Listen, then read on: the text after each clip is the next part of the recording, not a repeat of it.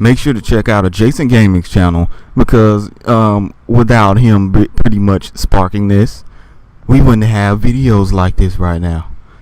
Alright, what up guys, Ichi here with another video, and really today we're going to talk about the summary that came out for Claudio, and basically it talks about his clan and somewhat, and I'm going to answer you guys questions about this through, you know, some factual basis.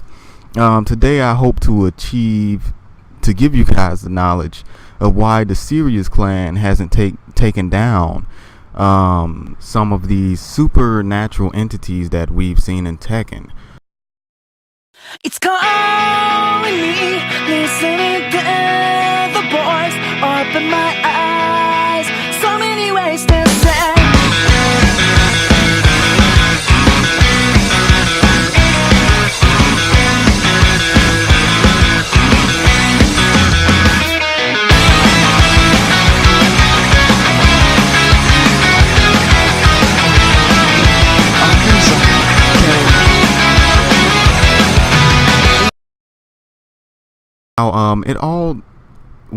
With the moment of the fact that mostly one of the excuses is the fact that they didn't know about some of these supernatural entities, but I'm going to try and give you more of a more in-depth reasoning. Now remember guys, this is a summary. Just like any other summary, it doesn't give you the full story, and you don't really get the full aspect of the Sirius clan.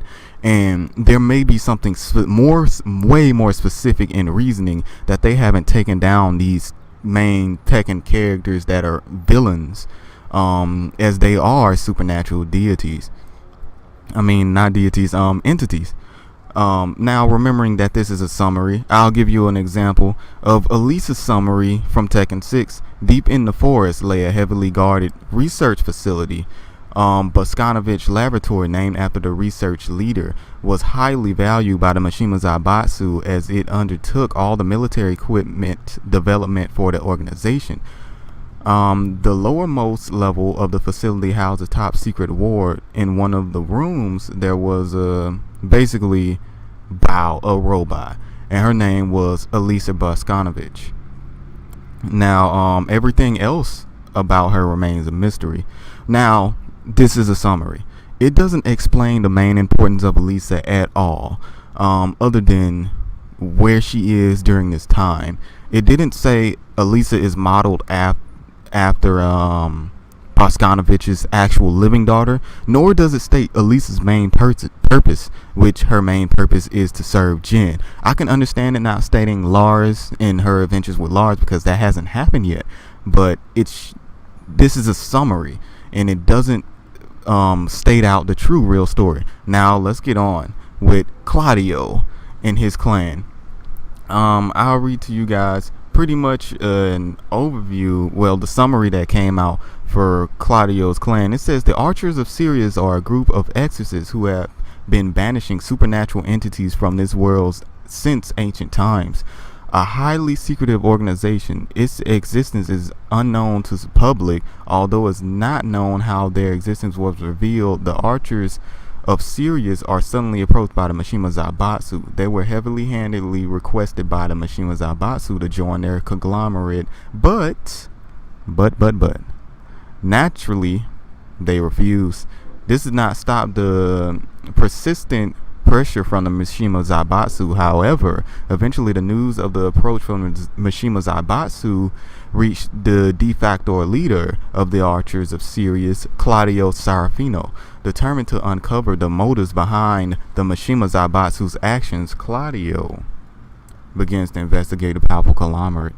Now the question is, why haven't the Sirius clan, if they take down supernatural entities, why haven't they been taking down these entities that are in Tekken's history? Well, I'm gonna give you the two general statements that are pretty factual actually. For one, they're not taking down these supernatural entities because there are more supernatural entities in the world of Tekken than the ones that you see. You can't pretend like wow, these are the only supernatural entities there are. Instead of asking why haven't they taken these supernatural entities down, you should instead ask yourself what other supernatural entities that were extremely powerful would we have seen if the Sirius clan hasn't taken care of them already.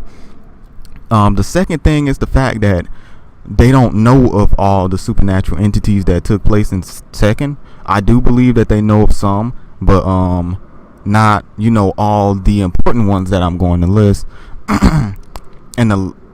And a very important thing, I guess I'll keep that for the end. But moving on to the first supernatural entity you would probably consider to be Devil, which pretty much started the Devil gene. This is actually an extremely simple answer to why Devil wasn't taken down by the Sirius clan. He doesn't have to stay on Earth in order for his will to be invoked. So you can't exactly, if you do banish Devil, his will is still going to be invoked either way.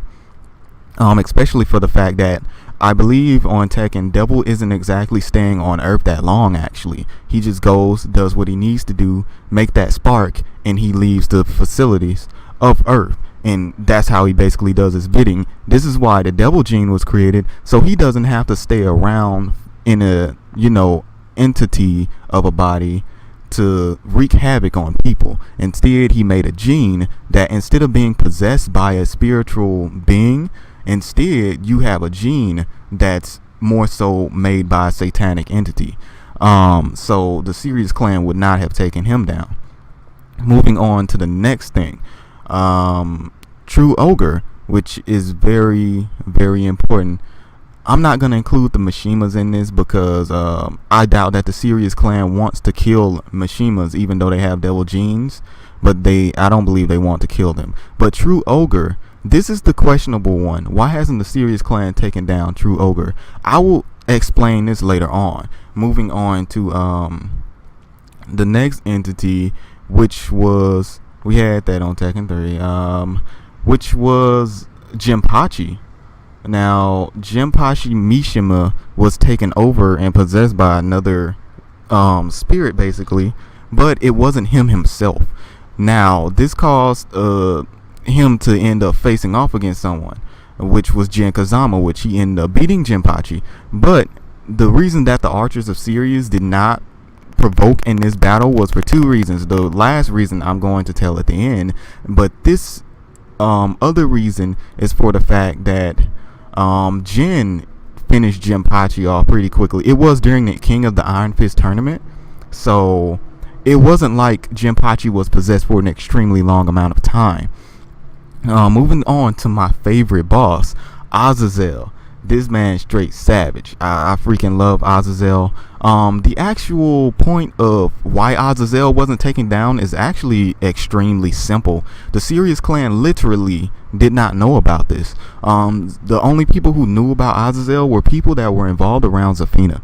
Zafina was the one who really knew about Azazel, and if the Sirius clan did know, no one was under the impression that Azazel was breaking through, because Azazel was connected to Jin's rage demonstrated through war, which Jin sparked a war that made a lot of people die in order for himself to defeat Azazel. So he destroyed a lot of innocent lives through war indirectly in order to defeat an opponent that's extremely evil. But I don't agree with the things that Jin did, but Jin believed this was the only way for him to beat Azazel, because Azazel wouldn't even come out unless these emotions sparked by Jin ended up making the world like this, which in turn killed Miguel's sister.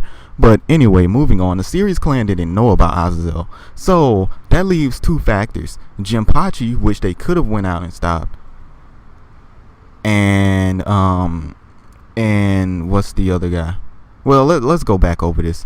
Devil, they wouldn't have been able to stop Devil. He's invoking his will easily through Tekken. If they were able to stop Devil, somebody should have stopped Devil a long time ago. Ogre is actually questionable. It leaves Ogre. Jinpachi was taken out too fast for the Sirius clan to take him out, and that's pretty much it. It pretty much leaves Ogre as the overall thing. Jinpachi, the last reasoning for Jinpachi, other than the fact that they wouldn't have taken him out, is the most obvious reason. If you go back and look at the character summary, it says the Sirius clan are a secretive group Why in the world? You know these entities, these beings, these supernatural beings appeared in King of the Iron Fist tournaments. Why in the world would they show themselves in these tournaments when they're trying to be kept secretive? If in the Mishima Zaibatsu and the Tekken Force are usually all around these tournaments, even if it's not seen on TV, people will see them. They don't want to be seen at all. And that's actually the main reasoning for them not slaying any Tekken supernatural entities. Now, just because they didn't slay entities that partaken in the King of the Iron Fist tournament doesn't mean that they haven't slayed other entities that are extremely important in the Tekken Earth continuity, strictly because of the fact that you don't see the other entities. For all we know, freaking the Sirius clan could have taken down a major entity in the history of Tekken, and they just haven't talked about it in Tekken before. It's not important that they even talk about it, because this game is Tekken. Obviously other things around the world are happening, but just because they're not happening in your face doesn't mean they're not happening in the Tekken storyline. Just because it doesn't happen in the Tekken, what you're actually seeing, basically. They could have taken down a major enemy, but in the end of the day, it's like I said at the beginning of the video, it's just a summary. I strictly go off the fact of this because if you reread this and you really kind of think about this and analyze it, it says they take care of supernatural entities. And you really read through this paragraph, the paragraph almost infers that they take care of supernatural entities through a certain reasoning, like upon request. Upon request, or either direct supernatural entities that are trying to harm them. And they probably do try and save the world, but there's no proof of this from the paragraph summary. The only way we can think that they should have been taking down characters like Azazel, Devil, Jinpachi is if the summary said that they destroy supernatural entities that actually harm the whole entire world, like big supernatural entities. But it just says supernatural, they've been banishing supernatural entities from the world. It doesn't say what kind whatsoever. For all we know, they could have freaking been banishing some type of entity that took control of a rock that has barely any power, but I doubt that. The last thing I want to go over is the fact that the last question of people would be, why are they just now being introduced to us? Well, in the summary basically says that they don't come to us, we come to them. The Mishima Zaibatsu finds the Archers of Sirius. This is why the Archers of Sirius are just now being revealed to us, because they don't want to be revealed. I mean, really, a lot of this stuff is already in the summary. You just have to piece it in your mind, 2 and 2. They don't want to be revealed, and there's a lot of supernatural. And this is the other thing. The Mishima Zaibatsu is actually would actually tell them about some things that would be needed to be dealt with in the world, which means on Tekken 7 there's going to be some type of entity, or maybe there already is, some type of entity or being that Claudio believes that the Mishima Zaibatsu wants him to banish. But here's the thing, if they've been telling him that through this summary, that also means that the Sirius clan has not even known about the supernatural beings or entities that partaken in the King of the Iron Fist tournaments, which would confirm it even further that there's a lot of supernatural entities that they don't know about. But they have been dealing with supernatural entities that could have made the situation for Tekken characters even worse. So basically, they're the characters that tone down things. You know how you got Green Lanterns. There's a whole bunch of powerful beings in the DC universe, but there's a whole bunch of powerful beings that were stopped in the DC universe that could have made the confrontation between Superman and other enemies even more threatening if the Green Lanterns haven't been on other sides of the universe taking care of them. Just like in Marvel, we have the Guardians of the Galaxy. Many planets would have been destroyed despite the efforts of earthbound heroes like Thor, Spider-Man, and possibly the universe destroyed if we didn't have the Guardians of the Galaxy, despite the fact that we barely ever see Guardians of the Galaxy involved in main Marvel titles. But you must know that they are very important, because if they weren't there, many galaxies would have been destroyed. That's also like freaking Dragon Ball Z. Beerus is a destroyer of worlds. If you were to ask me, why is he just now coming to Earth? He's a destroyer of worlds. It's very simple. Whis doesn't let him destroy the whole entire universe. Even though he could, Whis stops him. Anytime he wants to destroy the whole entire universe, Whis stops him and only lets him destroy things that are minuscule compared to the whole entire universe. And if he has to destroy planets one by one, forced by Whis, basically, I can't even count the numbers of planets in a universe, man. And obviously he's taking his time before he has to go to Earth. What's even the chance that he would have found Earth? It's actually a coincidence he found Earth. Just like with the Sirius clan, I mean, it's a coincidence that they would end up getting informed by the Mishima Zaibatsu on something. For them, anyway, they've been trying to be kept secretive. They've been taking down many enemies that you don't know about. You just haven't known about them until now. But I hope you guys enjoyed the video. I will have another one on Master Raven pretty soon. Peace, guys. Make sure to share, comment, subscribe, and always finger that like button. Now I'll see you guys next time. Later, dudes. And do that. Yeah, peace.